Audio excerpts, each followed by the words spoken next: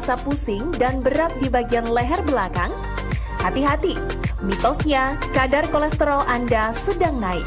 Tapi itu fakta atau mitos? Kolesterol merupakan jenis lemak yang memiliki manfaat bagi tubuh. Salah satunya sebagai penunjang metabolisme yang memiliki fungsi untuk memperlancar sambungan antar saraf di otak. Nah, sudah ada ahlinya, dokter spesialis penyakit dalam Susi Maria, yang akan menjawabnya di segmen kali ini. Pantengin terus Hidup Sehat Plus ya!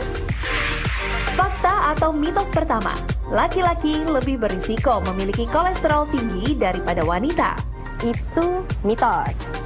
Ternyata di Indonesia lebih banyak perempuan yang mengalami kolesterol tinggi. Jadi kalau kita berbicara mana yang lebih banyak perempuan laki-laki, itu akan berbeda-beda. Antar negara, antar kota, banyak hal yang mempengaruhi. Misalnya, terutamanya nih gaya hidup.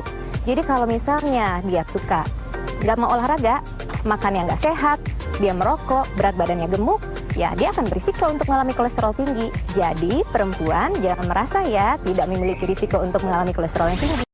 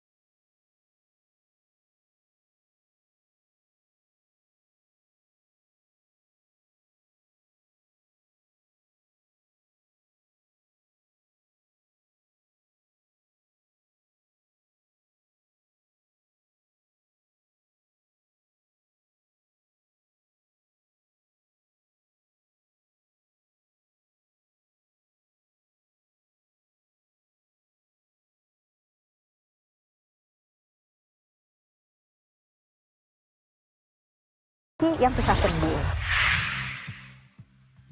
Fakta atau mitos? Kalau orang dengan riwayat kolesterol tidak boleh mengkonsumsi susu dan olahannya. Kenapa ya? Padahal susu kan salah satu minuman yang bermanfaat bagi tubuh. Dok Susi, itu fakta atau mitos? Itu mitos. Susu itu merupakan sumber makanan yang tinggi kandungan gizinya. Jadi kita semua perlu. Tapi memang kalau susu itu full cream dapat meningkatkan kolesterol darah. Jadi bagaimana solusinya? Kalau mau minum susu atau produk olahannya, pilihlah yang low fat atau lemaknya rendah atau yang non fat yang tidak punya lemak. Bagi sebagian orang, mengkonsumsi daging kambing adalah suatu kenikmatan tersendiri. Tapi mitosnya, konsumsi daging kambing dapat meningkatkan kolesterol.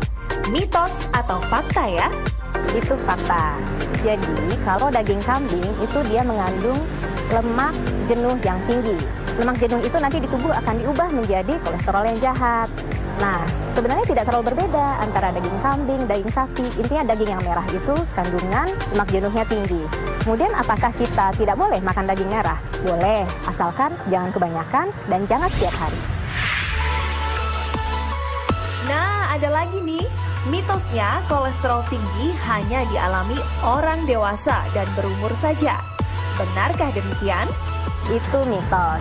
Kalau pola hidup yang tidak sehat dilakukan sejak masih anak-anak, misalnya dibiarkan makanannya yang tidak bergizi seimbang, dibiarkan malas olahraga atau gemuk, ya sama aja dari usia kecil juga sudah bisa kolesterolnya tinggi. Nah, yang perlu diingat adalah komplikasi dari kolesterol yang tinggi itu adalah gangguan di pembuluh darah dan jantung. Dan gangguan di pembuluh darah dan jantung itu sudah bisa terjadi saat usianya sejak masih kecil. Siapa sih yang nggak suka makan gorengan? Rasanya yang gurih saat disantap membuat Anda ingin lagi dan lagi mengkonsumsinya. Tapi hati-hati, karena mitosnya, makanan digoreng dapat menyebabkan peningkatan kolesterol. Itu fakta.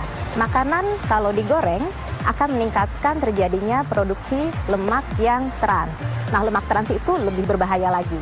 Dia akan meningkatkan kolesterol yang jahat dan dia akan menurunkan kolesterol yang baik. Lalu bagaimana kalau kita ingin makan makanan yang digoreng?